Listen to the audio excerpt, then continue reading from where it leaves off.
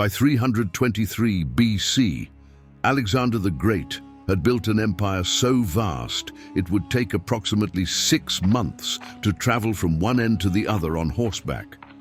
Spanning from Macedonia to the Indus River, it encompassed a mosaic of peoples: Greeks, Persians, Egyptians, Babylonians, Jews, Indians, Bactrians, Scythians, and many more.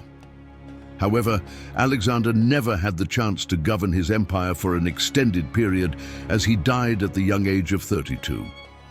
The rapid disintegration of his empire after his death raises the question, was it ever truly rulable?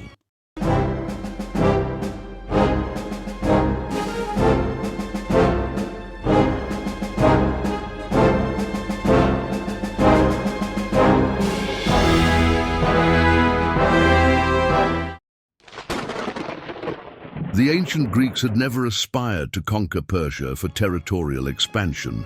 Instead, their campaign was largely an act of vengeance. Roughly a century earlier, Persian forces had ravaged the Greek city-states, even burning down the Acropolis. Despite the vast swathes of land acquired from their former adversaries, Alexander's Macedonian generals and soldiers remained discontent. They often clashed with the Persians, whom they were now expected to fight alongside.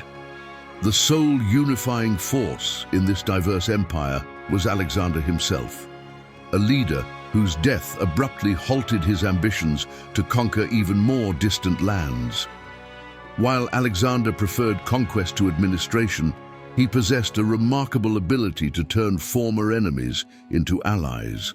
For instance, defeated rulers like King Porus of the Punjab were allowed to retain their thrones in exchange for pledging loyalty.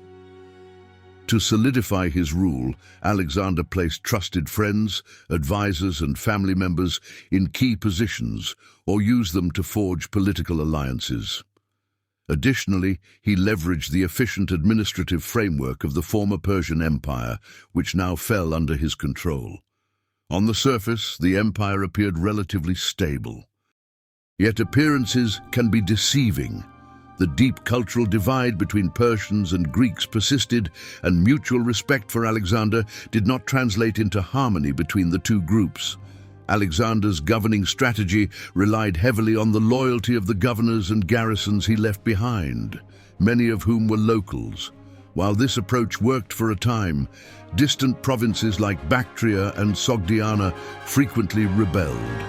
Even though Alexander managed to suppress these uprisings during his lifetime, the sheer size and diversity of the empire made long-term unity an insurmountable challenge.